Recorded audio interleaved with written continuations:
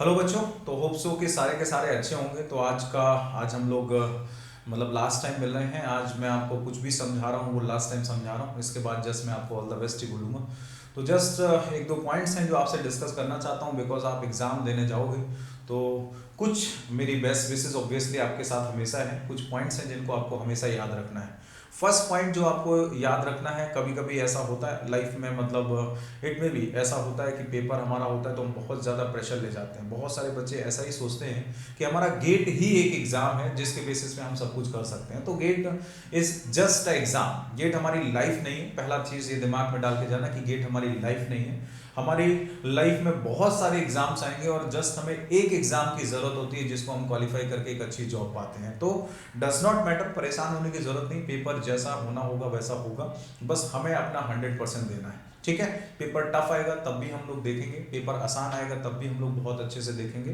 अब जस्ट एक दो पॉइंट्स हैं जो मैं आपके साथ डिस्कस करना चाहता हूं। ऐसा हो सकता है कि पेपर बहुत ज़्यादा आसान आ जाए, ऐसा हो सकता है कि पेपर बहुत ज़्यादा आसान आ जाए। जैसे अभी सिविल इंजीनियरिंग के पेपर देखें, इलेक्ट्रिकल इंजीनियरिंग के पेपर देखें, अगर मैं केवल इलेक्ट्रॉनिक्स का पेपर छोड़ दूं तो बाकी सारे के सारे जो पेपर्स आए हैं वो बहुत ज़्यादा आसान आए हैं ना। आसान मतलब कह सकते हैं कि मॉडरेट लेवल के आए हैं। तो मैं ऐसा उम्मीद कर रहा हूं कि शायद मैकेनिकल का जो पेपर आएगा वो भी मॉडरेट लेवल का ही आएगा, है ना। बहुत ज़्यादा टफ पेपर नहीं आएगा। इट मे बी कि वो टफ आ जाए, बट अभी तक का जो हमारा प्रेडिक्शन है वो यही कि आपका मॉडरेट लेवल का पेपर आएगा।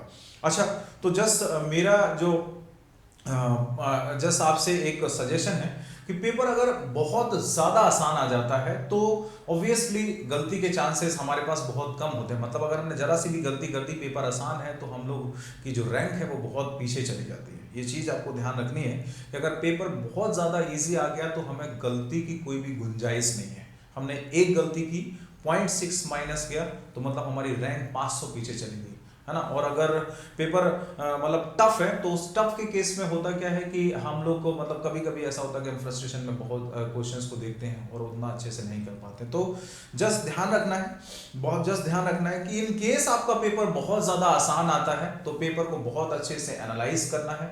एनालाइज करने के बाद आपको क्वेश्चन पे क्वेश्चन, क्वेश्चन पे क्वेश्चन करते जाना है। ऐसा हो जाएगा इट में भी कि 30 क्वेश्चन आपने बहुत अच्छे से कर लिए और 30 क्वेश्चन करने के बाद एकदम से आप ओवर एक्साइटेड हो गए कि हाँ मुझसे तो सब कुछ बन रहा है। तो हो सकता है कि एक्साइटमेंट में आप कोई ना कोई गलती करो, है ना। वो गलती नहीं करनी है। अपने आप को बहुत ज्यादा काम रखने की जरूरत है, अपने आप को कूल रखने की जरूरत है। जस्ट एक फर्स्ट जो मेरा आपको सजेशन है। Second suggestion, it may be कि पेपर हमारा बहुत ज्यादा टफ आ जाता है और अगर टफ पेपर आता है तो आप क्या करोगे।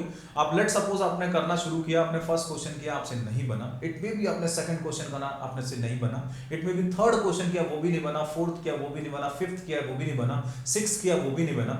और ऐसा पॉसिबल हो जाए कि 10 क्वेश्चन में केवल केवल आपसे 3 ही क्वेश्चन बने, 7 क्वेश्चन आपसे नहीं बने, है ना। नो डाउट ऐसा जब टाइम आता है तो आपको फ्रस्ट्रेशन आता है, लेकिन आपको फ्रस्ट्रेट नहीं होना है। उस फ्रस्ट्रेशन की वजह से बाकी के जो अभी 55 क्वेश्चंस हैं, इट मे बी आप उन 55 क्वेश्चंस में अपना बेस्ट ना दे पाए। तो अगर 10 क्वेश्चन नहीं बनते हैं तो परेशान होने की जरूरत नहीं। ऐसा पॉसिबल हो सकता है कि 40 क्वेश्चन में आपसे केवल 10 ही क्वेश्चन बने हों, 30 क्वेश्चन ना बने, तो आपको फ्रस्ट्रेट होने की जरूरत नहीं है। अभी भी 25 क्वेश्चन बचे हैं जिनमें आप बहुत अच्छा कर सकते हो। तो अगर पेपर टफ आएगा तो वो पेपर सबके लिए टफ आएगा। आपको ये नहीं सोचना है कि सर पेपर टफ आ रहा है तो पता नहीं हो, मतलब मेरी रैंक आ रही है। ये जस्ट एक पेपर ही तो है ना। पेपर देंगे, नहीं होगा तो कोई बात नहीं, हम कोई और पेपर देंगे। हमें एक ही पेपर की तो लाइफ में नीड है जिससे हम अपना सिलेक्शन पा लेंगे, राइट ना। तो इतना सोचने की जरूरत नहीं है। आप जितना कूल रहोगे, जितना काम रहोगे, आपका पेपर उतना ही अच्छा जाने वाला है। तो आपके लिए जस्ट एक ही मंत्र है कि आपको जब पेपर देना है तो उस टाइम पे बिल्कुल कूल रहना है। कूल माइंड से सारी चीजें सोचनी है कि यस, हमें जो कुछ भी करना है, जो भी हमारा क्वेश्चन है उसको अच्छे से पढ़ना है, अच्छे से चीजें करनी है। एक और सजेशन कि पेपर जब भी आप दोगे तो पेपर को पूरा एक बार शुरू के 10 मिनट में पूरा एनालाइज कर लीजिएगा। बिकॉज कौन सा क्वेश्चन कहाँ पे आता है। अक्सर ऐसा होता है कि लास्ट का जब टाइम बचता है तो हम लोग लास्ट वाले क्वेश्चन पे पहुंच नहीं पाते हैं। ताकि अगर पेपर एनालाइज करो तो कुछ क्वेश्चन अगर आपसे नहीं बन रहे तो उनको लीव करके आप बाद वाले क्वेश्चन पे जाओ। तो ये चीज़ हमेशा ध्यान रखिएगा कि पेपर पहले पूरा एनालाइज करना है। तीसरा सजेशन मेरा ये है कि आप जब एप्टीट्यूड करने जाओगे तो एप्टीट्यूड को ना तो बिल्कुल शुरू में करना है, ना ही बिल्कुल लास्ट में करना है। शुरू के 10 से 15 क्वेश्चन करने के बाद या 20-25 क्वेश्चन करने के बाद आप पहले एप्टीट्यूड कर लेना। बिकॉज जब आप एप्टीट्यूड करोगे ना तो एप्टीट्यूड ऑब्वियसली थोड़ा सा टाइम टेकिंग होता है, और लास्ट में जब टाइम कम होता है तो उसमें गलती के चांसेस ज्यादा रहते हैं। तो एप्टीट्यूड आप पहले कर लेना।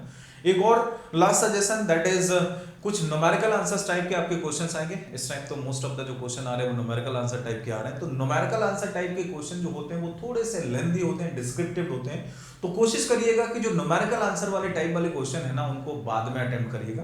बिकॉज अगर उनमें टाइम चला जाता है फिर लास्ट में टाइम बचता नहीं है, तो आप छोटी सी इसमें भी मिस्टेक के चांसेस जो होते हैं ऑब्वियसली। और लास्ट के जो 40 मिनट्स हैं उनको बहुत ज्यादा कूल होके यूटिलाइज करना है। बिकॉज जब लास्ट के 40 मिनट्स होते हैं तो मोस्ट ऑफ द स्टूडेंट जो होते हैं वो एकदम से फ्रस्ट्रेशन में आते हैं, जल्दी जल्दी करना शुरू करते हैं। लेट सपोज आपके पास लास्ट के 40 मिनट्स हैं और आपके 20 क्वेश्चन बचे, और उन 20 क्वेश्चन को आपने जल्दबाजी में करने की कोशिश की और उनमें से आप 15 क्वेश्चन कर ले गए। लेकिन उन 15 क्वेश्चन में अगर आपके 5 क्वेश्चन गलत हो गए तो वो 10 जो क्वेश्चन सही हैं उनके नेगेटिव मार्क्स में भी उनमें नेगेटिव मार्क्स ऐड हो जाएंगे। लेकिन अगर आपने कूल होके केवल 10 क्वेश्चन किए और 10 के 10 सही कर दिए ना, तो वो कहीं ना कहीं से आपको पॉजिटिव की तरफ ले जाएगा, क्योंकि रैंक अच्छी करेगा। तो ये चीज बहुत अच्छे से ध्यान रखनी है। फर्स्ट जो मेरे आपको सजेशंस हैं, आई होप कि पेपर ऐसा आए जो आपके रेंज में हो। सेकंड, आपको जस्ट यहाँ से सोचना है कि हाँ पेपर हमारा जैसा भी आया पूरा एनालाइज करना है। पेपर टफ आ रहा है तब भी हमें कूल रहना है, पेपर आसान आ रहा है तब भी हमें कूल रहना है। एप्टीट्यूड का क्वेश्चन जो है वो आपको बीच में ट्राई करने का कोशिश करना है। न्यूमेरिकल आंसर वाले जो क्वेश्चंस हैं उनको आप लास्ट में ट्राई करने का कोशिश करिएगा, यस दे आर डिस्क्रिप्टिव, ठीक है। लास्ट के 40 मिनट्स में सबसे ज्यादा कूल रहने की जरूरत है। तो मेरी बेस्ट विशेस आपके साथ हैं, आप बहुत अच्छे से पेपर दीजिएगा जाके। All the best to all of you. और जितना हो सकता है जो लास्ट के आपके संडे के लास्ट के 3 आवर्स हैं, जो भी आपने मतलब ऑब्वियसली पूरी टाइम हो गया, 8 से 10 महीने हो गए पढ़ते पढ़ते, तो जो 3 आवर्स हैं उन 3 आवर्स का बेस्ट यूटिलाइजेशन करिएगा जितना अभी तक आप करके आए हैं उसमें से, ठीक है। जो आपने अभी तक घंटे बर्बाद किए जैसा भी किया उनमें से बेस्ट ये 3 आवर्स आपके होने चाहिए। इट मे बी कि अभी लाइफ में और बेस्ट आवर्स आएंगे, बट ये जो है ये अभी तक के बेस्ट आवर्स होने चाहिए। और बेस्ट आवर्स आपके तभी बन सकते हैं जब आप अपने आप को कूल रखोगे। बाकी एग्जाम जैसा होगा जो होगा वो देखा जाएगा, परेशान होने की उसमें जरूरत नहीं। एक एग्जाम था चला गया, दूसरा एग्जाम फिर आएगा। तो अभी जो है वो यही कि आप अपना बेस्ट 3 आवर्स दीजिएगा। और आई होप कि आप मतलब जितना आपने पढ़ा है, जो आपने किया है उसको आप गेन करोगे। और कोशिश करिएगा कि पूरे क्वेश्चन अटेम्प्ट करिएगा। बिकॉज आप 30 क्वेश्चन करने नहीं गए हो, आप 40 क्वेश्चन करने नहीं गए, आप पूरा 65 क्वेश्चन अटेम्प्ट करने गए हो, ठीक है। तो all the best to all of you. Thank you to all of you. जो भी लोग मेरे साथ थे उनको मेरी तरफ से थैंक यू। और सब लोग बहुत अच्छे से एग्जाम देना, आई विश, मैं आई प्रे टू गॉड। और बस एक चीज ध्यान रखना है कि देखो सिंपल है कि अगर हम पेपर देने गए हैं और पेपर हमारा अगर खराब भी हो रहा है तो ऑब्वियसली हमें उस पर भरोसा रखना चाहिए। हमारे ऊपर कोई ना कोई है, उसने हमें यहाँ पे भेजा है तो कुछ ना कुछ किसी ना किसी मकसद से भेजा है। तो इट मे बी कि उसने अगर हमारा पेपर यहाँ पे आज बिगड़ रहा है तो ऊपर वाले ने कुछ और मेरे लिए बहुत अच्छा सोच रखा हो। तो बस हमें इसी ऊपर वाले पे भरोसा रखना है कि ऑलमाइटी ने अगर ऊपर वाले ने हमें बहुत भेजा है तो कुछ ना कुछ तो सोचा होगा मेरे लिए, कुछ ना कुछ तो प्लान किया होगा, कुछ ना कुछ तो प्लान किया होगा कि हाँ ऐसे नहीं ऐसे करना है, इसके लिए ये मेरे लिए मेरा बेस्ट प्लान है। तो आप उस पर ध्यान दीजिएगा और आपके लिए सब कुछ अच्छा होगा। तो ऊपर वाले का नाम लेके पेपर स्टार्ट करना है और वो सब कुछ आपके साथ अच्छा करेगा। तो okay, all the best to all of you and love you all.